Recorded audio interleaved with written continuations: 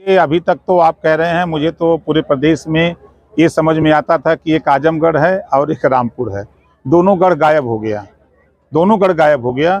जहां हम खड़े हैं, ओम प्रकाश राजभर पूर्वांचल की धरती पर भारतीय जनता पार्टी का खाता तक नहीं खुलने दिया, जिले जिले साफ कर दिया।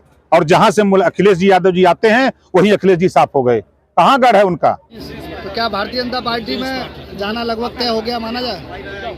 देखिए, हम तो अनवरत, चाहे वो सपा के नेता हो, कांग्रेस के नेता हो, बसपा के नेता हो, भाजपा के नेता, हम सबसे मिलते हैं। अब उसका अर्थ, हम बसपा के नेताओं से मिलते हैं तो उसका अर्थ होता है बसपा में जा रहे हैं, कांग्रेस से मिलते हैं तो कांग्रेस में जा रहे हैं, भाजपा से मिलते हैं तो भाजपा में जा रहे हैं। ये तर्क वितर्क जो हो रहे हैं, 2022 के चुनाव के पहले भी बड़ा तर्क हुआ।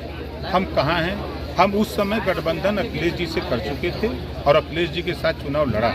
हम इन दोस्ती आगे बढ़ाने की कोशिश में थे, लेकिन स्वतः अखिलेश जी ने हमको तलाक दे दिया तो हमने कबूल कर लिया। तो क्या माना जाए भारतीय जनता पार्टी में आप कब जा रहे हैं? हम अभी 25 करोड़ आबादी के बीच में हैं, उन्हीं के बीच में अपना संगठन बना रहे हैं, संगठन को मजबूत कर रहे हैं। ये कटु सत्य है कि देश और प्रदेश में सरकारें गठबंधन की बन रही हैं, चाहे वो भारतीय जनता पार्टी हो, चाहे कोई पार्टी हो, अकेले कोई सरकार बनाने की हैसियत में नहीं है। तो हम भी बहुत तोप नहीं हैं, अभी तो हम 20 साल से जगह हैं। तो आज यहाँ क्या खास वजह थी जो यहाँ पे मीटिंग लगी है?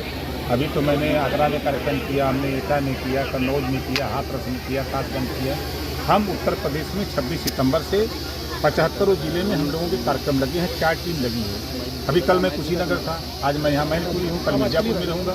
तो चारों टीम के साथ हम एक दिन 2 दिन समय निकाल करके इधर उधर आते जाते हैं। ये किसी का गढ़ नहीं है, ये सिर्फ कहा जाता है। अगर गढ़ था तो भारतीय जनता पार्टी ने समाजवादी पार्टी को यहाँ क्यों हरा दिया?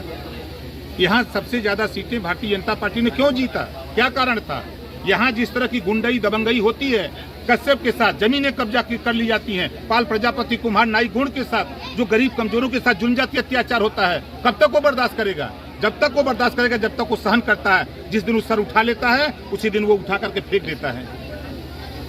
ठीक है। या खंघार की बात करें, ये कहाँ दिखाई देते हैं?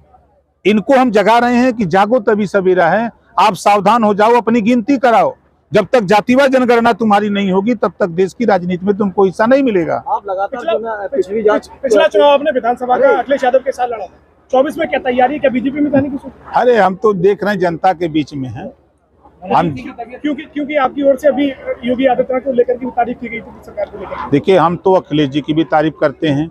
जो काम कांग्रेस पार्टी ने देश में लाखों फैक्ट्री लगाई, अब उसके बाद अगर प्रदेश में आए बहुजन समाज पार्टी, तो सबसे अच्छा शासन मायावती जी ने 4.5 साल में दिया। बहुजन समाज पार्टी, कल्याण सिंह बीजेपी का अच्छा शासन उन्होंने दिया।